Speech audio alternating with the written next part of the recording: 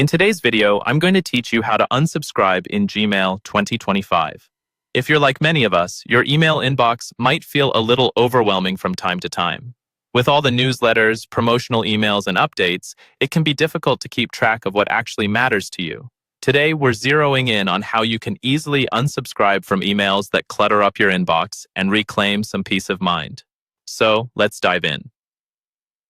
First things first, you'll want to open Gmail and navigate to your inbox. You'll need to find an email from the sender that you want to unsubscribe from.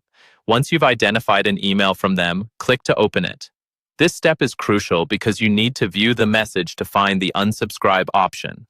Upon opening the email, direct your attention to the top of the message, just beside the sender's name. Here, you might notice an unsubscribe label. Gmail often places this option in a prominent position to make it easy for users to manage their subscriptions. Different email senders will display this option slightly differently, but generally, it will be quite visible.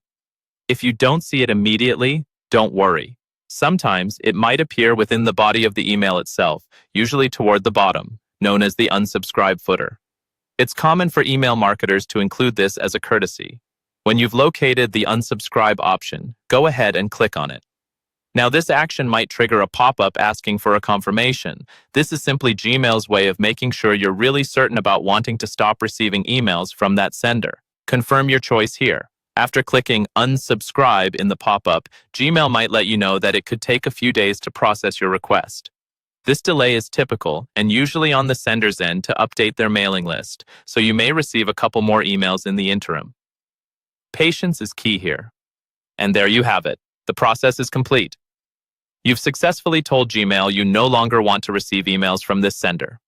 You'll find that as you repeat this process with different unwanted emails, your inbox will start to feel a lot more manageable. It's a good practice to periodically go through your inbox and unsubscribe from senders whose messages you no longer wish to receive. This method gives you control and helps keep your email orderly.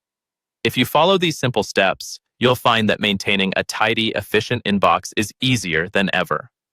Thank you for joining me in this quick tutorial. If you found it helpful, feel free to explore more of our digital organization tips. Until next time.